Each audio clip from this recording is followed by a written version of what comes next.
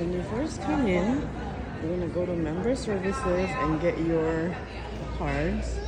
And that's the vision wing, and that's the entrance where we go.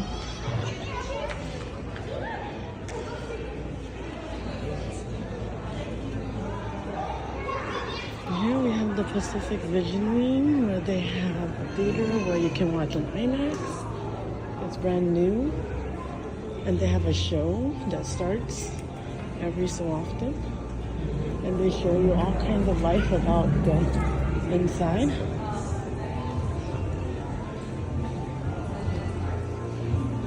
And you can experience all the different colors and different experiences, things like that.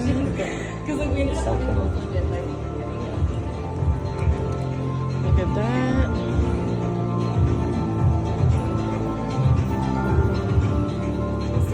Our underwater reefs are filled with life and diverse populations. Corals and marine creatures, living in and around our own magnificent structures. My name is Cora, and I'm a brain coral, and this is where I live. That's Clyde. He's a giant clown. Hello. Over here is Finn. He's a copper-banded butterfly fish. Hi. And if you come really close, you can meet my best friend Zoe. We live together and depend on each other. My full name is Zooxanthellae. We are algae, and you can only see us with the microscope. We live all over this reef, inside corals and other animals. We have soft corals, hard corals, branching corals, plating corals, and so many more. Our coral reef cities are found in more than 100 countries around the world. They cover less than 1% of the entire ocean floor, but 25% of all marine fish species live on and around them. We all have jobs to do on the reef, and we need each other to keep our community vibrant. Look, those fish are cleaning the algae off that sea turtle. And the eel over there is getting his teeth cleaned. There's a goby fish and a pistol shrimp. They're great housemates in that sand hole. The goby looks out for predators, and the shrimp builds and cleans their burrow.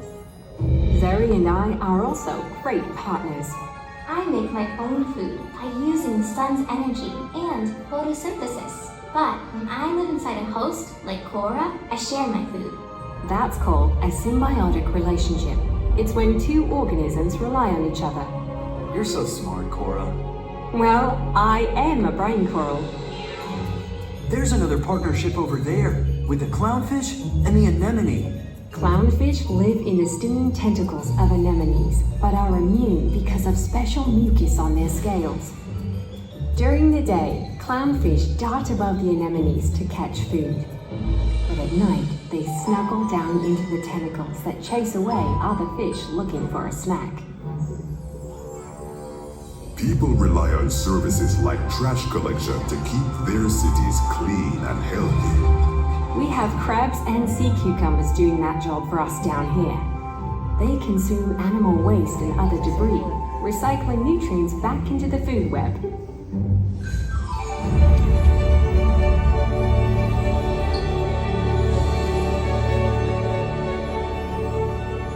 There's our community gardener, the parrotfish. They have strong beaks that bite and scrape hard corals on reefs.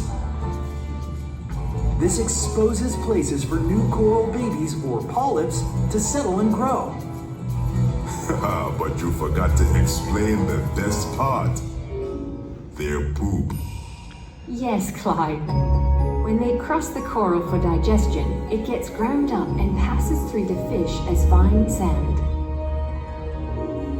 And this connects us to the people above water because they love tropical white sand beaches.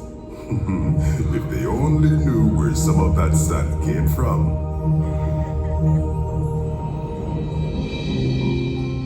There are other ways our coral cities connect to those living above water.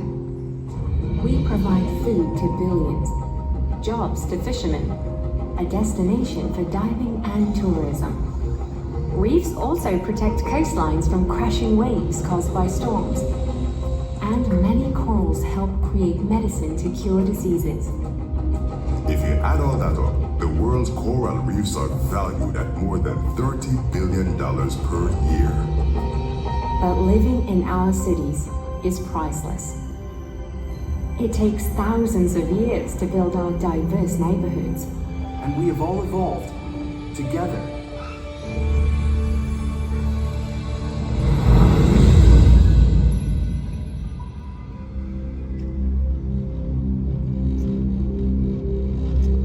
But danger is spreading. It's threatening our home and devastating our cities. We're turning into ghost towns. Coral bleaching is the biggest threat we face, and it's caused by climate change. Like a forest fire on land that swallows everything in its path and chars it black, our corals are also heating up and turning white.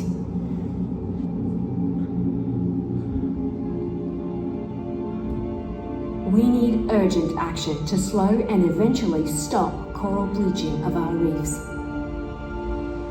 Human activities cause climate change, and it affects our oceans. It makes them warmer. If the ocean warms just 2 degrees Celsius or nearly 4 degrees Fahrenheit, 99% of coral reefs could be lost.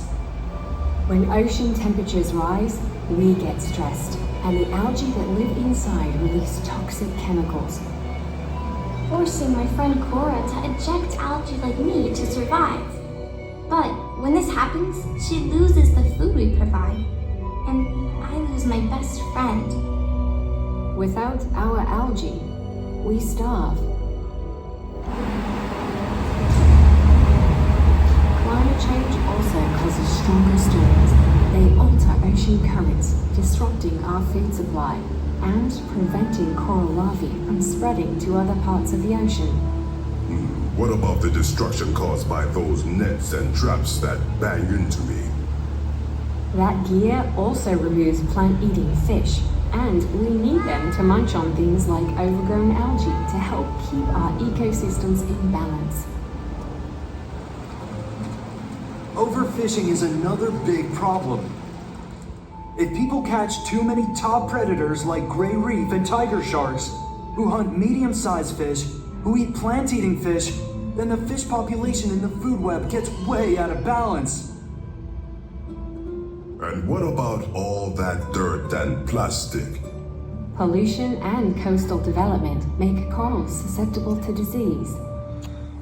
We also get runoff from land that brings fertilizer that makes harmful algae overgrow. And tiny bits of dirt from construction pollute our cities. Like a city on land that has been altered by a natural disaster, some fish and marine species abandon reefs that are damaged. And some never come back.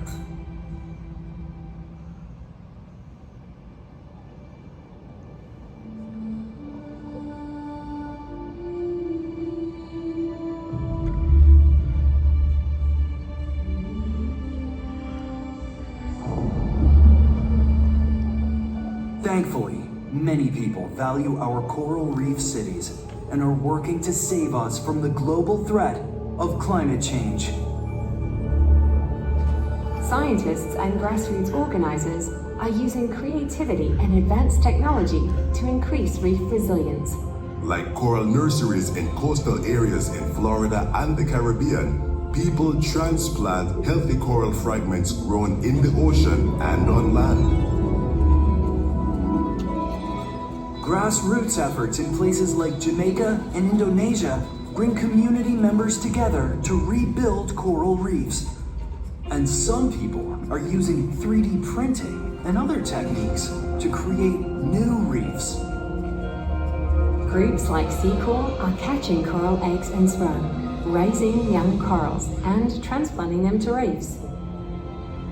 When people are careful with fishing practices and curbing pollution, Our coral reefs are stronger and better equipped to cope with climate change.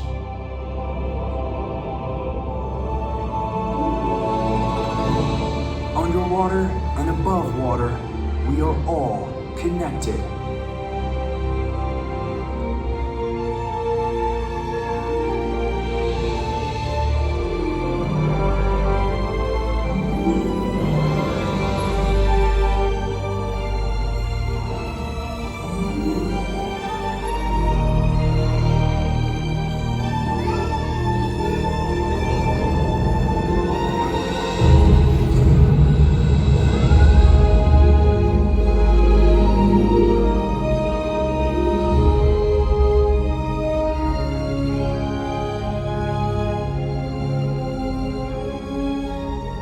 Our future depends on our cities.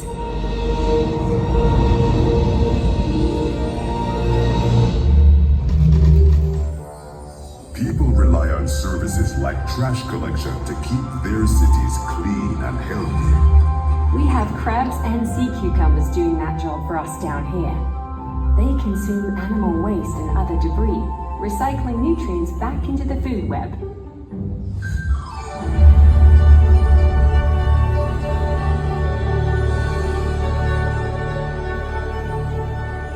There's our community gardener, the parrotfish. They have strong beaks that bite and scrape hard corals on reefs. This exposes places for new coral babies or polyps to settle and grow. But you forgot to explain the best part.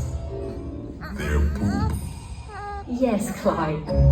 When they cross the coral for digestion, it gets ground up and passes through the fish as fine sand.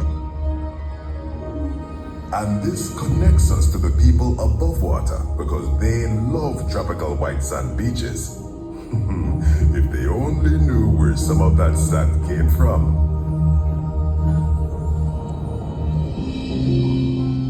There are other ways our coral cities connect to those living above water. We provide food to billions, jobs to fishermen, a destination for diving and tourism. Reefs also protect coastlines from crashing waves caused by storms. And many corals help create medicine to cure diseases. If you add all that up, the world's coral reefs are valued at more than $30 billion per year. But living in our cities is priceless. It takes thousands of years to build our diverse neighborhoods. And we have all evolved together.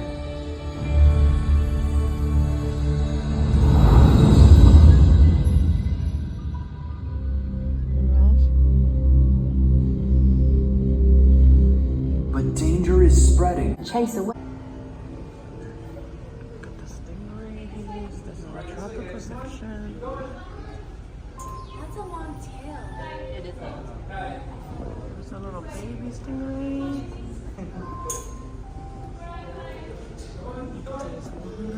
These fish? Look at these bunches of fish. This is the tropical section of the Aquarium of the Pacific. Whoa, look at that stingray. These tropical fish. Almost over here.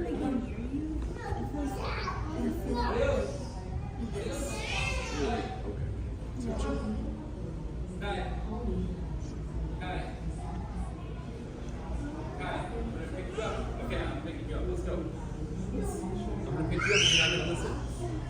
Come on. That's the ray.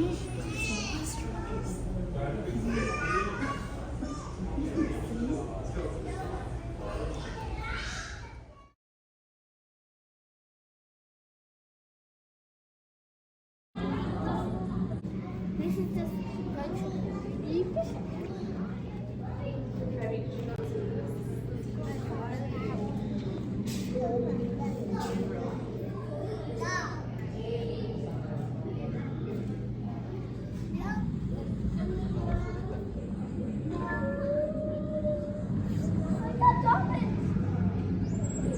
Birds, they must come to the surface to breathe, and they must go ashore to breathe, to lay their eggs,